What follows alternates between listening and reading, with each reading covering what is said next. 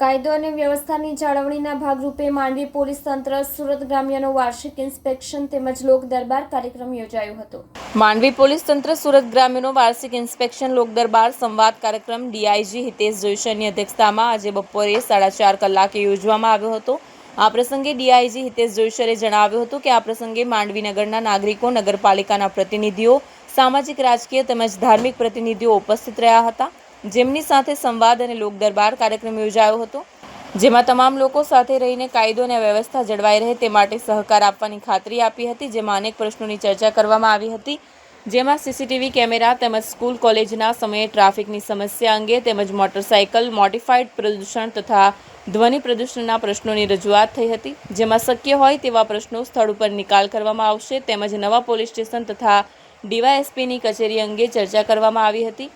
આ પ્રસંગે ડીવાયએસપી બીકે વનાર, માંડવી પીઆઈ ચૌહાણ, માંડવી નગર ભાજપ પ્રમુખ પ્રિતેશ રાવળ, ઉપપ્રમુખ ઈશ્વરભાઈ સોલંકી, પાલિકાના બાંધકામ સમિતિના ચેરમેન રંજનાબેન મરાઠે, માંડવી કોંગ્રેસ સમિતિના પ્રમુખ સંજયભાઈ ઉપાધ્યાય, તરુણભાઈ પારેખ, સંજયભાઈ શાહ તથા મહાનુભાવો ઉપસ્થિત રહ્યા હતા। રોજ માંડવી પોલીસ સ્ટેશન સુરત ગ્રામ્યના વાર્ષિક ઇન્સ્પેક્શન નિમિત્તે નગરપાલિકાના પ્રતિનિધિઓ, ગામના નાગરિકો, સામાજિક, ધાર્મિક, રાજનૈતિક તમામ લોકો સાથે આવી અહીં એક લોક સંવાદ, લોક દરબાર રાખવામાં આવેલ હતું, જેમાં તમામ લોકોએ પોલીસની સાથે રહીને કાયદો અને વ્યવસ્થા જળવાય અને લોકો શાંતિથી રહી શકે, શાંતિનો ભાવ અનુભવે એ માટે સહકાર આપવાની ખાતરી આપેલી છે।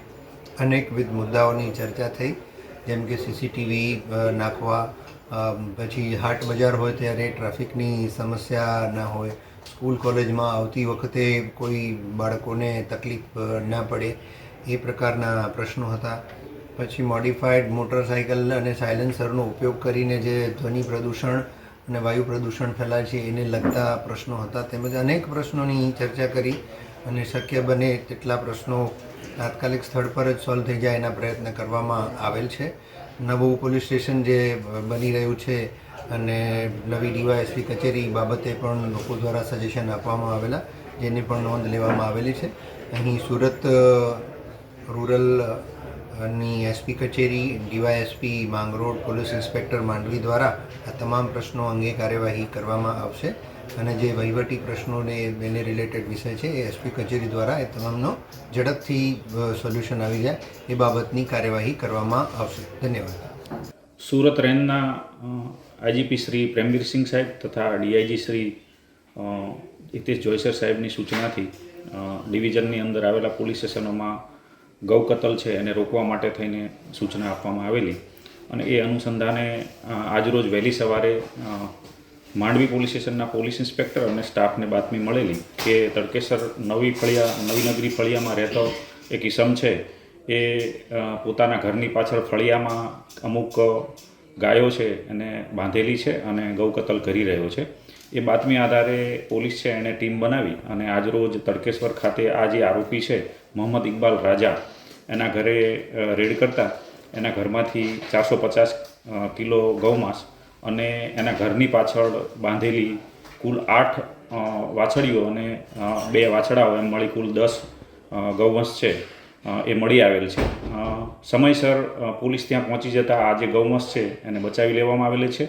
આજે એણે જે ગૌમાંસ જે કતલ કરીને ઘરમાં રાખેલું હતું એ પંચનામાની વિગતે કબજે કરવામાં આવેલી છે। આ વાછડીઓ છે એની કિંમત 60,000 ગણવામાં આવેલી છે અને એની ગૌમાંસ છે એની કિંમત 45,000 રૂપિયા ગણી પોલીસે કબજે લીધી છે। એ ઉપરાંત આ ગૌ કતલ માટે એને વાપરેલા છરા કુલ નંગ 7 છે એ નાના મોટા મળીને કબજે લેવામાં આવેલા છે। મોબાઈલ છે અને એની સાથે તાડપત્રી અને અમુક જે લાકડાના જે એને સપોર્ટ રાખેલા હતા એ તમામ વસ્તુઓ પોલીસ દ્વારા કબજે કરવામાં આવેલી છે।